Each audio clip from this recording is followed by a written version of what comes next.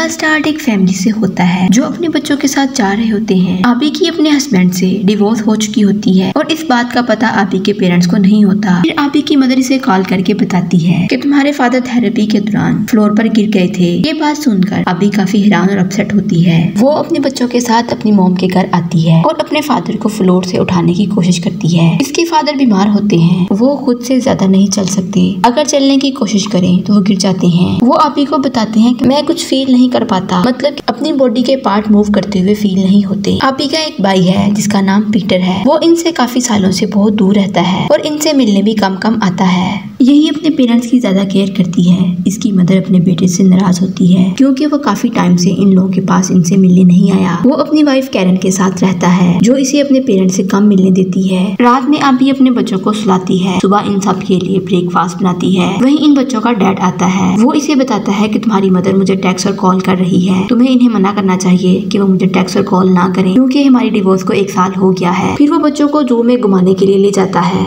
इधर इसकी mom call करके इसे अपने पास रखे हुए मेल नर्स की कंप्लेन करती है जो इसने अपने फादर के लिए रखा होता है। इसकी मॉम इससे फाइट करती है। वहीं पर आबी भी आती है लेकिन वो मेल नर्स काम से इनकार करके चला जाता है। ये अपनी मॉम से थोड़ा गुस्सा होती है। इस पर इसकी मॉम इसे बताती है कि वो तुम्हारे फादर को ड्रग्स दे रहा था। इस पर वो कहती है कि वो ड्रग्स डैड को एज ए मेडिसिन के तौर पर दिया जाता है, वो इनके लिए ठीक है। लेकिन इसकी मदर इसकी एक नहीं सुनती।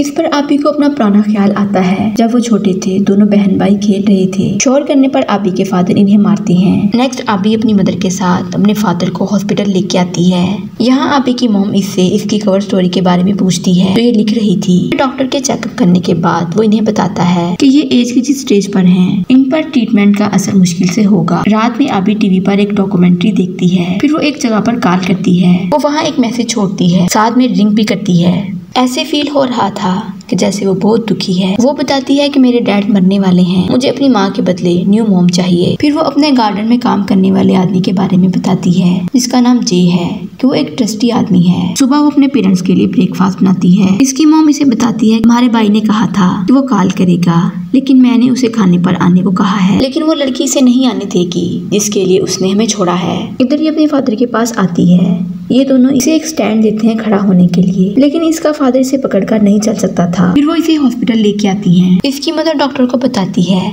ये एक राइटर है, ये कॉलम लिखती है मिस्टर ज्यू के लिए जो इस कंट्री के फेमस इंसान हैं। डॉक्टर इन्हें बताती है कि आपका पेशेंट 6 माह से ज्यादा जिंदा नहीं रह सकता। ये सुनकर आबी की मदर रोने लगती है। ये सारे घर वापस आ रहे होते हैं। रास्ते में आबी के फादर को अपना पुराना ख्याल आता है जब ये दोनों एक दूसरे को हग करते हैं। आबी अपने भाई पीटर का लेटर अपने पेरेंट्स को पढ़कर सुनाती है कि मेरी बर्थडे है, आप सब मेरी बर्थडे पार्टी में आना और आप सबको कैरन से माफी मांगना होगी। ये बात सुनकर इनकी मदर इस बात पर गुस्सा होती है। नेक्स्ट ये पार्टी में आते हैं। पीटर और कैरन इनसे मिलने के लिए आते हैं, लेकिन पीटर के फादर इससे नाराज होते हैं, लेकिन वो इनसे बात किए बगैर कैरन के साथ चला जाता है। आबी पीटर को कॉल करके डैड की सारी कंडीशन बताती है कि ये टाइम उनकी लाइफ का आखिरी टाइम चल रहा है। वो इसे कहता है कि मैं कुछ वीक्स तक इनसे मिलने आऊंगा। आबी ये बात सुनकर हैरान होती है और कहती है कि उनके पास ज्यादा टाइम नहीं है। पीटर की बातों से लग रहा था कि जैसे वो आना नहीं चाहता। कुछ टाइम के बाद दिखाया जाता है कि सारी फैमिली डिनर करती है। वहीं इनकी फाइट होती है और पीटर के फादर इसे घर से निकाल देता है।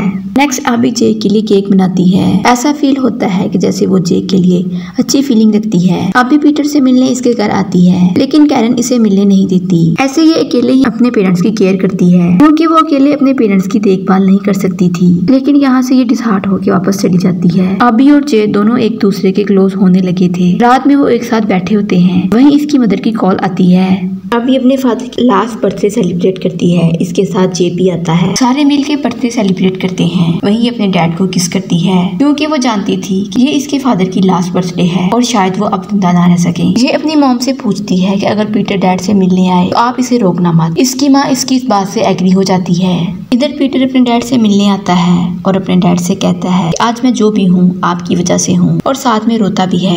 ऐसे फील हो रहा था कि जैसे वो अपने फादर के सामने शर्मिंदा है। फिर तीनों ये एक फैमिली फोटो बनाते हैं। यहाँ इसकी माँ इससे पूछती है कि इसने मेरे बारे में पूछा है। फिर वो इस फोटो को देखती है जो इन तीनों ने एक साथ बनाई थी। आबी की मदर अपने हस्बैंड के पास बैठी होती है। वो इससे बातें करता है और कहता है मैं तुम्हारे साथ हमेशा रहना चाहता था, लेकिन मेरे पास इतना टाइम नहीं कि हम एक साथ जिंदगी गुजार सकें। फिर दोनों एक दूसरे को हक करते हैं। आबी के फादर की कंडीशन बहुत खराब होती है। वो इनकी बहुत केयर करती है और इसका फादर पीटर के बारे में पूछता है कि वो आया है। इस पर वो इसे बताती है कि वो नहीं आया। यहाँ आबी के फादर की डेथ हो जाती है। ये सब इसे दफनाने के लिए रेडी करते हैं और यहाँ इसे दफना देते हैं। सारे बारी बारी इसकी ग्रेव पर मिट्टी डालते हैं। इतनी देर में वहाँ पीटर भी आता है जो काफी लेट हो चुका था। ऐसे फील हो रहा था कि जैसे वो अपने आप को ब्लेम दे रहा हो, वो टाइम से क्यों नहीं पहुंचा। वो काफी सैड होता है। नेक्स्ट दिखाया जाता है पीटर आबी को अपने पास आने का टेक्स्ट करता है। ये अपने बच्चों के साथ इससे मिलने के लिए आती है। दोनों के बीच सब ठीक हो जाता है। दोनों बहन भाई एक दूसरे को हक करते हैं। ऐसे इनके बीच सारी लड़ाइयाँ और रंजिशें खत्म हो जाती हैं और यूं मूवी का एंड हो जाता है। वीडियो